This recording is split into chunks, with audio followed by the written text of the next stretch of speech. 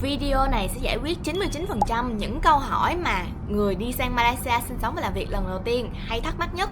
Các bạn hãy theo dõi hết video này của mình để không bị bỡ ngỡ nha.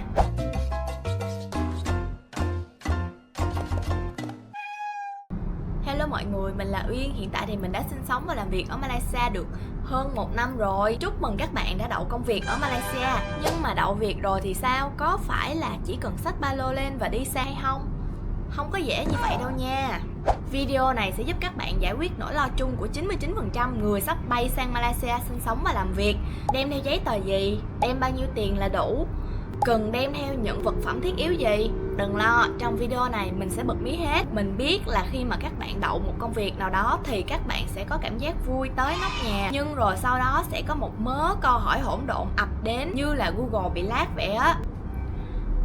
Ủa, không phải là đậu job là chỉ cần bay qua là xong hả? Vậy thì cần phải chuẩn bị những cái gì? Rồi, vô cái nội dung chính luôn nha. Đầu tiên các bạn phải cần chuẩn bị thật kỹ những cái giấy tờ như sau. Thứ nhất là passport bản gốc. Đương nhiên rồi, bởi vì các bạn phải cần có passport để bay sang một quốc gia khác. Thứ hai là các bạn sẽ cần phải chuẩn bị một bản in rõ nét, in màu của bản e-visa. Cái này thì sẽ thường được nhận qua email. Các bạn cứ lên email tải về rồi đem ra tiệm in. Thứ ba là các bạn sẽ phải đem theo cái biên lai đóng tiền đăng ký e-visa. Vì sao các bạn phải đem theo cái biên lai đóng tiền trong khi là các bạn đã có một tờ e-visa rồi thì phải đóng tiền rồi mới nhận được cái đó? Vì sẽ có những cái trường hợp hải quan họ sẽ hỏi luôn cả cái biên lai đóng tiền. Mình cũng không biết tại sao họ hỏi, nhưng mà đối với trường hợp của mình đã in sẵn ra một tờ biên lai. Thì khi đó cái chú hải quan đó chú có hỏi mình cần phải trình diện ra cái tờ biên lai này thiệt. Thì thôi các bạn cứ in đi, một cái tờ biên lai cũng đâu có tốn bao nhiêu tiền, chắc là vài trăm đồng chứ mấy. In ra cho bộ hồ sơ đầy đủ thôi. Cái thứ tư á, nếu như mà các bạn có thì các bạn có thể in ra, còn nếu như không có thì thôi du di coi như là không có cần bỏ vào bộ hồ sơ. Đó chính là giấy offer letter của công ty, ký lên một cái offer letter tạm thì các bạn có thể in cái tờ đó ra. Còn nếu như mà không có cái đó luôn thì thôi bỏ qua cái bước này. Thì hải quan họ cũng không có đến mức là sẽ hỏi cái giấy tờ này. Nếu như có in ra luôn cho đủ bộ, không có thì bỏ qua. Một tips nhỏ cho các bạn là sau khi mà đã in hết những cái giấy tờ bắt buộc này ra rồi, các bạn có thể bỏ vào chung một folder A4 để khi mà trình diện hải quan thì các bạn có thể đáp ứng bất kỳ một loại giấy tờ nào tức thì. Ngoài ra thì tùy vào nhu cầu mục đích của các bạn thôi, cái này là không có bắt buộc. Các bạn có thể đem theo sao y bản chính bằng đại học nè, sao y căn cước công dân nè, sao y bằng tin học, bằng tiếng Anh như thế nào đó. Thì cái này là tùy thuộc vào cái mục đích của các bạn, để sau này các bạn đỡ phải yêu cầu gia đình là lục lọi ra rồi chụp hình qua cho các bạn. Thì cái này là tùy, các bạn có thể đem hoặc không đem. Còn những cái giấy tờ trước đó mà mình nêu ra thì phải đem đầy đủ. Rồi tới cái phần đau ví nè. Mọi người sẽ phải chuẩn bị bao nhiêu tiền để có thể sang Malaysia sinh sống và làm việc ổn định trong cái tháng đầu tiên? Có rất là nhiều anh chị trên những cái diễn đàn hội nhóm sẽ chia sẻ là các bạn chỉ cần đem khoảng 4.000 thôi là đã đủ sinh sống rồi. Nhưng mà thực tế trên cái trải nghiệm của mình khi mà sang Malaysia vào tháng 6 năm 2024, mình khuyên các bạn đem từ 4.500 cho đến 5.500 tùy theo tài chính của các bạn như thế nào. Vì sao mà mình nói các bạn cần đem 4.500 đến 5.500, quy ra tiền Việt Nam là 25 triệu cho đến 28 triệu trở lên trong cái khoản đối chiếu với tỷ giá thời gian hiện tại nha. Bởi vì tiền cọc nhà ở Malaysia rất là mắc. Các bạn sẽ phải đóng tiền cọc nhà từ 1,5 tháng cho đến 2,5 tháng luôn. Có những cái khoản linh ta linh tinh như là tiền utility, rồi tiền đóng một hợp đồng nhà. Cộng tất cả các khoản này lại thì tiền cọc nhà tháng đầu tiên của các bạn, và bao gồm luôn cả tiền thuê tháng đầu tiên, sẽ là dao động từ 2.500 cho đến 4.000 hơn. Mà đối với cái trường hợp của mình nha, bởi vì mình thuê một cái studio cho nên là tiền cọc nhà của mình cộng với tiền thuê trọ tháng đầu tiên tất cả là 6.000 mấy. Mình đâu có đóng đủ. Lúc đó thì mình kêu chủ nhà của mình chia tiền cọc ra làm 2 đợt đóng. Mình đã đóng một đợt 3.000 mấy và một đợt 3.000 mấy nữa. Mà mình chỉ đem có 4.000 thôi nên mình đâu có sống đủ đâu. Còn ngoài những cái khoản tiền nhà đó ra thì mình còn có những cái khoản lặt vặt nữa. Các bạn còn có thể sẽ phải mua trang thiết bị trong nhà như là nồi ấm, chén đun các kiểu, chén dĩa ăn cơm, nồi nấu đồ các thứ. thì những cái khoản này dồn tiền lên cũng sẽ rơi vào khoảng 300-400 ringgit là rẻ. Rồi tiền mua sim điện thoại nè, đừng mua sim điện thoại ở sân bay. Khi mà mình vào á thì người ta yêu cầu mình là phải trả tiền cọc 100 ring cho cái sim và 70 ring để mua cái sim đó.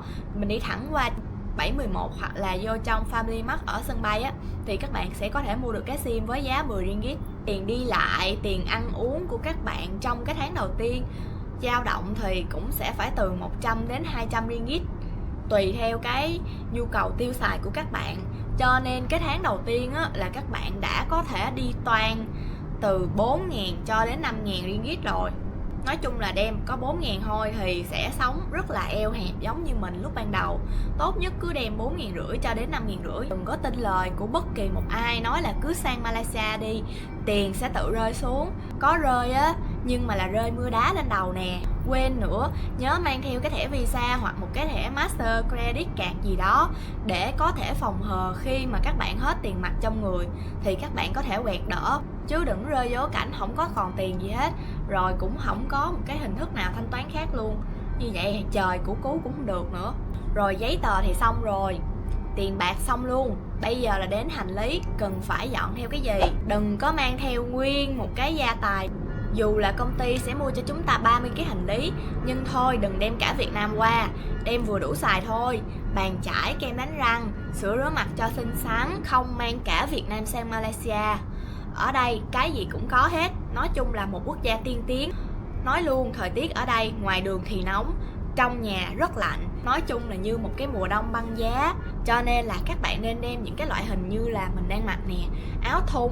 Nếu như mà các bạn nữ muốn điệu đà một chút xíu thì có thể đem theo váy đầm, nhưng không nên đem rất nhiều đồ đạc. Các bạn nhớ đem theo áo ấm nè, để các bạn có thể chịu được cái lạnh giá ở trong văn phòng, để không có bị tốn tiền mà mua lại một cái áo ấm mới ở bên nước này, vì nó cũng không có ấm lắm nhưng mà nó mắc lắm mọi người.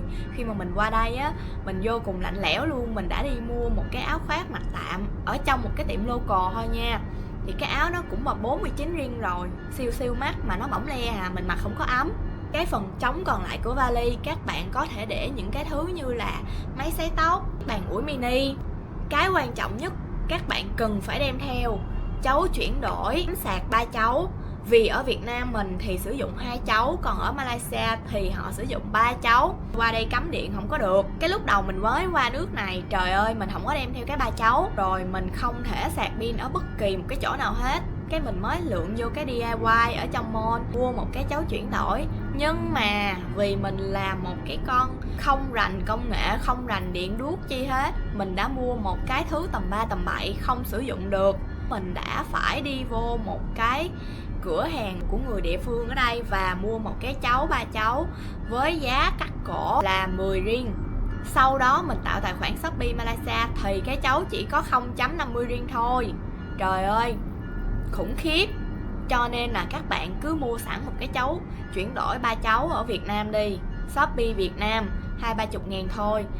Cái này cũng là đặc biệt quan trọng, các bạn nên đem theo thuốc men đầy đủ. Những cái loại thuốc như là thuốc đau đầu, thuốc tiêu chảy, thuốc cầm ói, đem để phòng hờ thôi chứ không phải là để trù ẻo. Nhưng mà bởi vì thuốc men ở Malaysia cái đô của nó rất là nhẹ, không hiểu làm sao mà ở nước này á, mình bị đau đầu cấp cho mình một cái loại paracetamol mà mình phải uống 4 lần một ngày, mỗi lần 2 viên. Trong khi cái loại paracetamol ở Việt Nam thì mình chỉ cần uống một ngày 2 viên đến 3 viên là đủ rồi. Mà ở nước này kỳ lạ lắm. Nên là thuốc thì nhẹ đô nhưng mà mắc tiền. Mình không có khuyến khích các bạn là đi qua đây rồi có cái chuyện gì xảy ra thì mới đi mua thuốc. Vì trời ơi, mình chỉ lấy một vài loại thuốc cơ bản thôi mà mình lên đường 100 ringgit. Thời gian đầu đã đóng tiền cọc nhà rồi, mua lỉnh ca lỉnh kỉnh rồi thì làm gì còn tiền để mua thuốc. Đem ở Việt Nam là tốt nhất. Một cái rất là éo le nữa nè, sau khi mà các bạn đã chuẩn bị hết tất cả mọi thứ, hồ sơ giấy tờ nè, cho đến tiền bạc, cho đến hành trang, thì các bạn cần phải chuẩn bị một cái tinh thần thép. Vì sao mình đề cập đến cái tinh thần thép? Bởi vì ngày đầu tiên mình đặt chân đến Malaysia mình đã rất là sốc.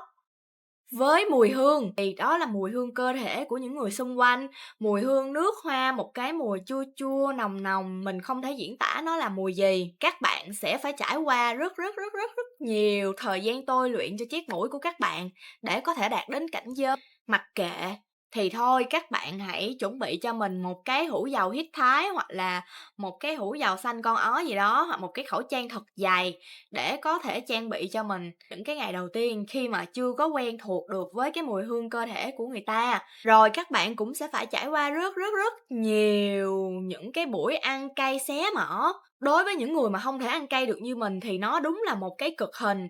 Còn đối với những bạn mà thích ăn cay thì có khi nước này là một cái quốc gia lý tưởng. Nhưng nói chung, có rất là nhiều những cái vấn đề éo le liên quan đến trải nghiệm mà các bạn sẽ phải đối mặt. Cho nên là tốt nhất các bạn nên chuẩn bị cho mình một cái tinh thần sẵn sàng chiến đấu, áp lực tạo nên kim cương. Nói chung là tốt nhất bạn nên sẵn sàng nghênh chiến. Xong rồi đó, trong cái tập này thì mình chỉ muốn lưu ý cho các bạn những cái gì cần phải chuẩn bị trước khi mà đi sang Malaysia sinh sống và làm việc như vậy thôi. Hy vọng là những cái chia sẻ trong tập này của mình có thể giúp cho các bạn tự tin hơn trong bước hành trình đi sang Malaysia của các bạn. Nếu như mà các bạn thấy cái video này hữu ích thì đừng quên để lại cho mình một like, share và subscribe kênh, cũng như là bật thông báo kênh của mình để đón xem những cái video tiếp theo trong series có trách nè. Mình cũng có chia sẻ những cái trải nghiệm cá nhân của mình ở Malaysia nữa. Nói chung là đừng quên ủng hộ mình nha.